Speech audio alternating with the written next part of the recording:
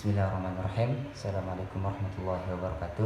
Sebelumnya, perkenalkan nama saya Muhammad Adi Rashid. Saya mahasiswa Universitas Islam Negeri Mataram, Fakultas Tarbiyah dan Keguruan, Prodi Pendidikan Agama Islam. Di sini saya ingin menyelesaikan tugas mata kuliah text reading, yaitu mereview buku. Dan di sini saya akan mereview buku Bicara Itu Ada Seninya, yang ditulis oleh Oh Soo Hyang, dosen dan pakar komunikasi dari Korea Selatan. Baik teman-teman, kenapa saya memilih untuk mereview buku ini? Karena saya rasa buku ini sangat menarik untuk dibahas. Dari segi judulnya, kayak banyak sekali yang membutuhkan di luar sana. Buku ini terdiri dari 238 halaman dan terdiri dari 5 bab, dan masing-masing bab itu memiliki bab-bab kecil di dalamnya. Saya bacakan babnya. Itu bab pertama, perbedaan juara 1 dan juara 2 terletak pada ucapannya. Bab kedua, pintar mendengar, pandai berbicara. Bab ketiga, ucapan yang membuat lawan bicara memihak kita. Dan bab keempat, beratnya ucapan ditentukan oleh dalam isi. Bab kelima, suara bagus bukan bawaan dari lahir. Jadi saya rasa buku ini sangat menarik untuk dibahas, karena sekali lagi banyak sekali yang membutuhkan di luar sana, baik itu pelajar maupun pegawai kantoran. Oke, baik, mari kita bahas satu persatu dari isi buku ini. Baik, poin penting yang pertama yaitu pentingnya komunikasi efektif.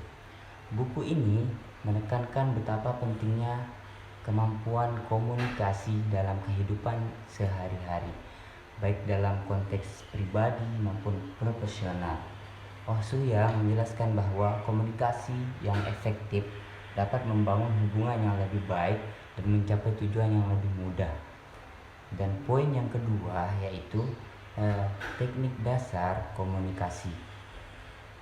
Penulis menguraikan beberapa teknik dasar komunikasi, seperti mendengarkan dengan penuh perhatian, yaitu kita mendengarkan seseorang itu dengan penuh perhatian.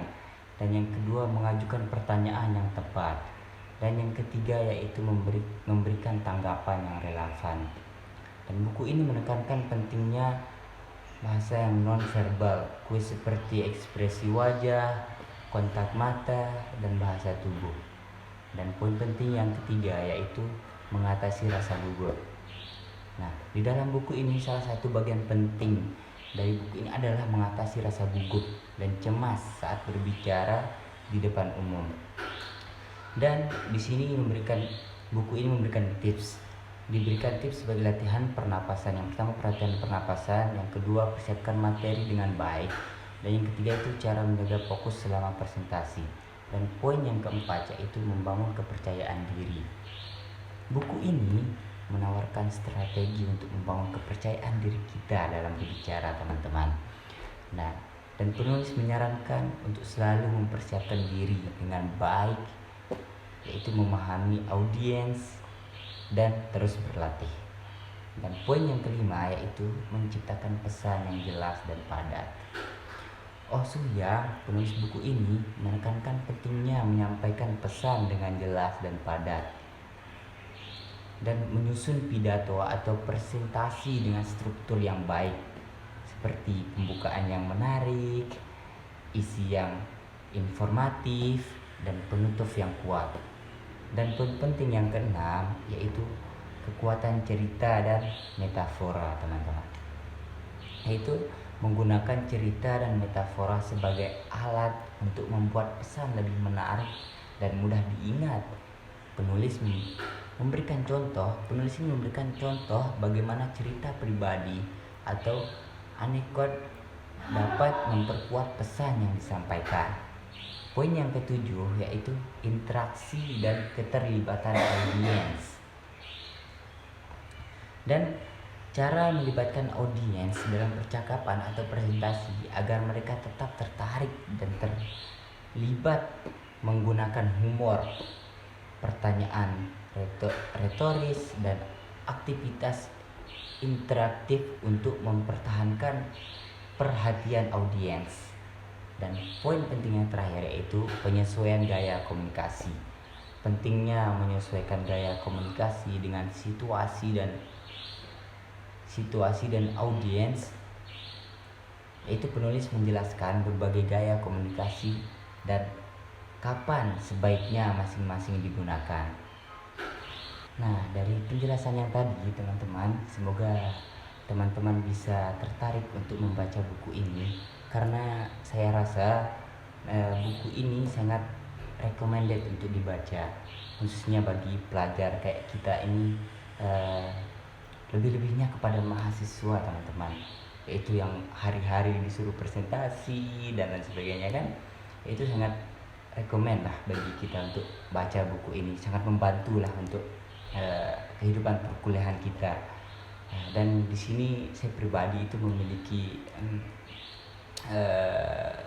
tips, maksudnya sebelum berbicara di depan umum itu saya memiliki tips untuk teman-teman, yaitu untuk membaca doa sebelum berbicara itu, yaitu doa itu sangat manjur menurut saya.